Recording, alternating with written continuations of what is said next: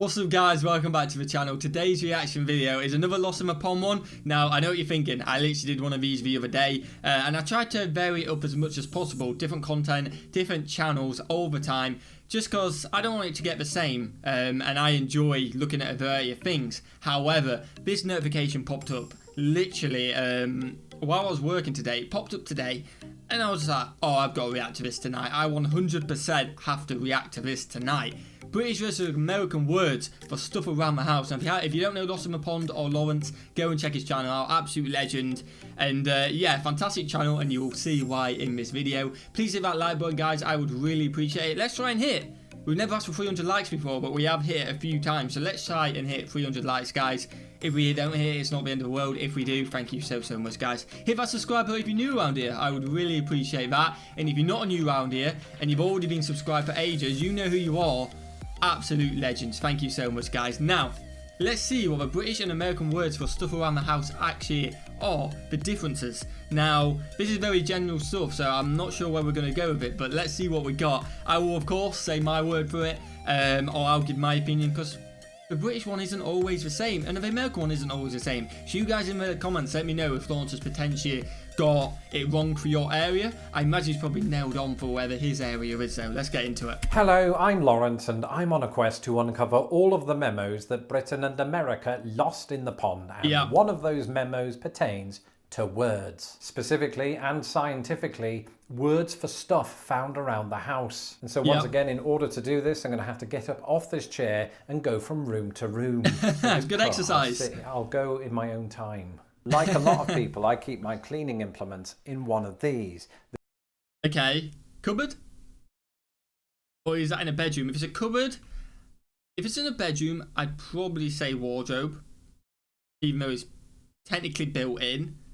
But I'd go with cupboard. This is what Americans would call a closet, but sometimes in Britain, we refer to this as a cupboard. Now, since cupboards / closets can get quite dark on the inside, I'd say so. It's quite a good idea to have one of these around. Partly because it makes it easier to look inside the closet, but also because I like to play horror pranks on my wife. Anyway, in Britain, this is known as a torch, whereas in America, it's a flashlight.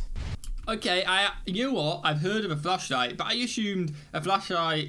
I don't know why I assumed a flashlight were, you know? I'd heard of a flashlight, I knew what one were, I knew it looked exactly like a torch. I also assumed you had torches. Oh my god. So even on like the back of the iPhone or something like that, you call that a flashlight, not a torch. Wow. This is why we do these videos. You learn something new every single day. Lawrence, you're goated, man. My cleaning implement of choice is one of these. I think we all know what this is, but we don't all have the same word for it. In Britain, we might refer to this as a vacuum cleaner, sure, but we might also refer to it as a Hoover. Yes, now, any Americans watching this might be thinking, that's not a Hoover, it doesn't have the Hoover branding on it. So here's the thing. Hoover is an American company that was formed in the early 20th century. It just happens that they were around at the same time as President Herbert Hoover and FBI Director J. Edgar Hoover. And the popular belief is that they all sucked, especially the vacuum cleaner. But that's beside the point. The Hoover company marketed their product in Britain, and at some point the word Hoover became a genericized term for vacuum cleaner. And that's what I mean when I talk about memos that got lost in the pond.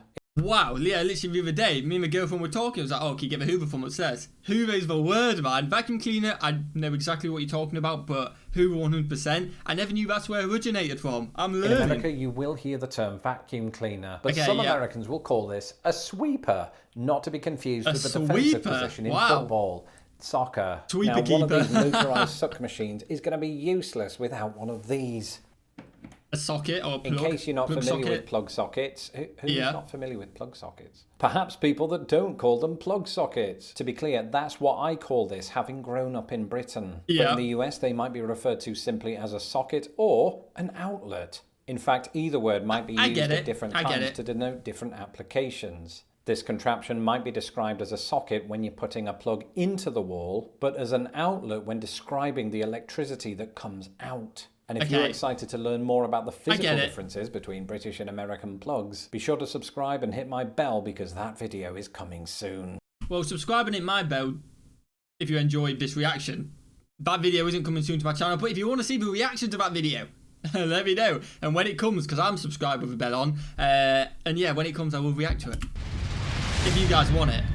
Now, follow my here's lead. a hypothetical scenario that I definitely just made up. What if you need to vacuum in the other wing of your house, but the other plug sockets, for whatever reason, aren't working? Firstly, call maintenance, but in the meantime, you might want to use one extension of these. lead. You can't see it here, but this is a very long wire that allows you to move devices over greater distances. In Britain, we might call this a power extender, or I was known to call it an extension lead. Okay, yeah, power extender. No, Lawrence, what are you talking about, man? But I'll let him off because an extension lead, 100%. From there, it's not too big a stretch to arrive at the American term, extension cord.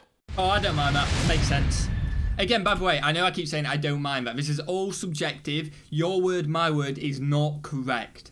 It's wherever you grew up, whatever you say. I'm not dissing you guys for saying, whoa, what the hell is that word? That is honestly just my take on it because I've never heard that word before from where I've grown up. So don't think I'm going, you Americans are saying it completely wrong. I'm not. My point of view is this is a reaction on my words, and I could be saying it completely wrong compared to you. Like, you guys are thinking I'm completely wrong, and I completely understand that, guys. And you're joining me now in the lounge, or as Americans would call it, the living room.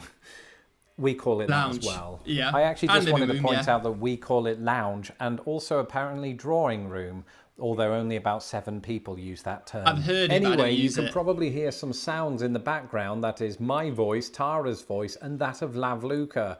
But it doesn't like brochure. Brochure. In other words, this is now a Yo, by the way, that is huge. Absolute legend, Lawrence, and shout out to Lavluka. If you guys know who he is, let's be truthful. If you're watching my channel, there's a 99% chance you know who he is. Absolute legend. He's been through a lot as well. Like, shout out to that guy. I spoke to him a few times on Twitter, and you never know. Potentially a collab in the future. Do you guys want to see a me and Lavluka collab? I spoke to him. I know he's got internet issues at the moment, but it's on the card. So if you do, I'll just say give him a little bit of a push. Go over to his channel. Don't harass him or anything like that, but just leave a little comment on one of his community posts or one of his videos. You know, do a collab with Beezy.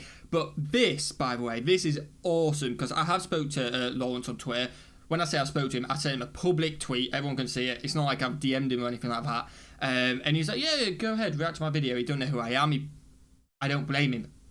I completely understand that. I've got no issues with that one bit. But this is absolutely awesome. He's such a sound guy. Lavluka seems like such a sound guy. And it's awesome seeing them including each other in the content. I absolutely love that. So shout out to them. That is absolutely awesome. And that's just made me love Lawrence even more, reaction man. Wow. Video of Lavluka's reaction video Let's of go. Lost in the Pond. I know. This is really meta and it's difficult to talk over you, Lav, so I'll just let you talk. Anyway, the important thing here is the device I'm using to watch it. In both Britain and America, of course, we often refer to the television as the TV. But in Britain, we also call it the telly, because we just love putting the letter Y on the end of an existing word and saying, here you go, here's a new word. Yeah. Right?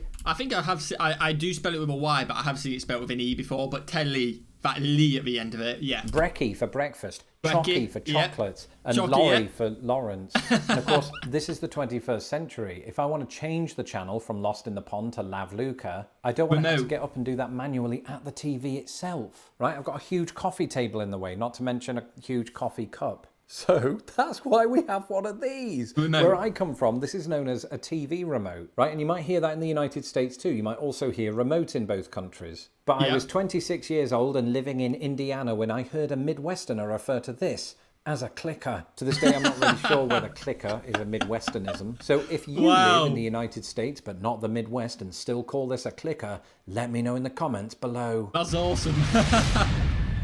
The first word difference to note about a kitchen is possibly the stove. That's the word that Americans perhaps use most commonly to describe the entire unit. In Britain, to describe the exact same thing, we might also use stove, perhaps even oven. But growing up, I have heard stove and I use oven. I prefer oven personally, but I have heard stove. Of cooker, which linguistically pairs well with clicker. Second thoughts, do not cook your TV remotes. Of course, both Britain and America have different names for different parts of the cooker. The top part of the oven, which you might use for boiling eggs or creating impressive B-roll, is known to Brits as the hob. In America, you'll typically hear stovetop. Of course, when it comes to actually eating the food, you can't just use your hands unless you're American. Cutlery. I thought we were going to go on cutlery.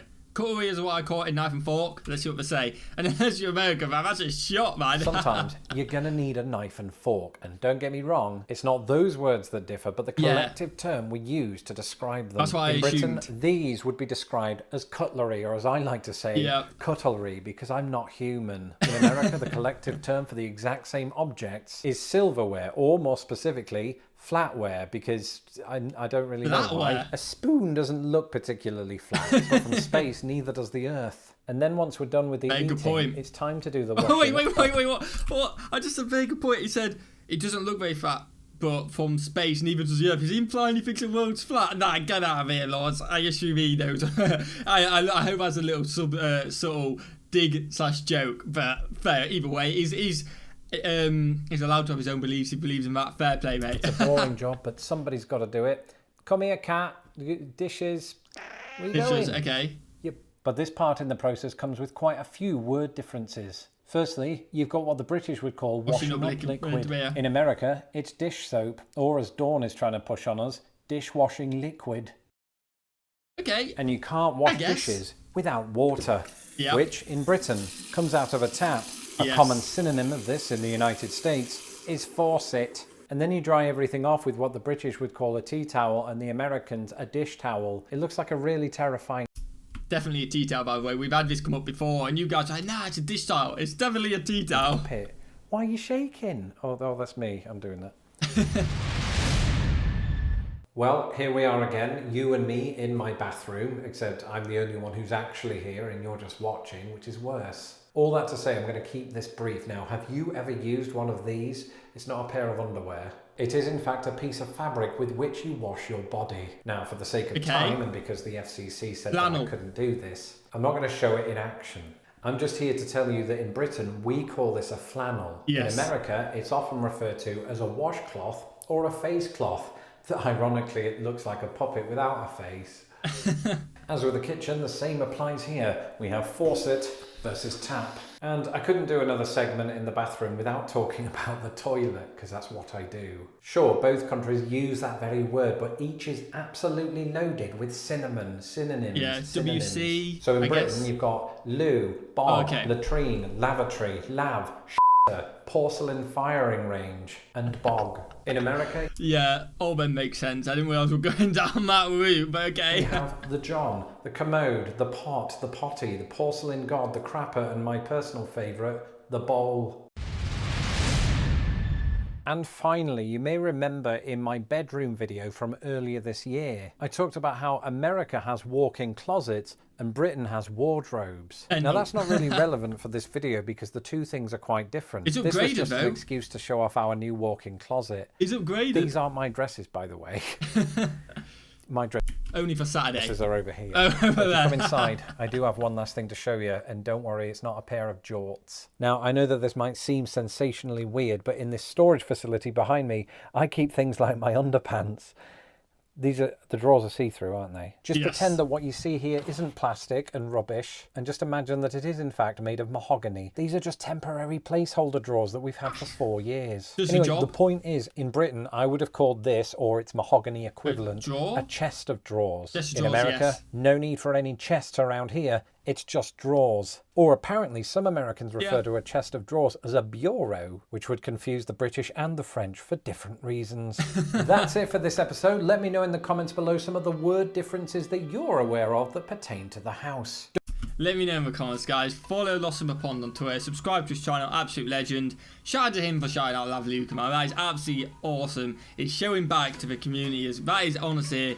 Shout out to both. I can't get over that. It's honestly absolutely awesome to see. I hope you guys have enjoyed this video as well. If you have, I'd really appreciate if you hit that subscribe button. Hit that like button as well, and have a fantastic day, guys. I'll see you in the next one. Peace.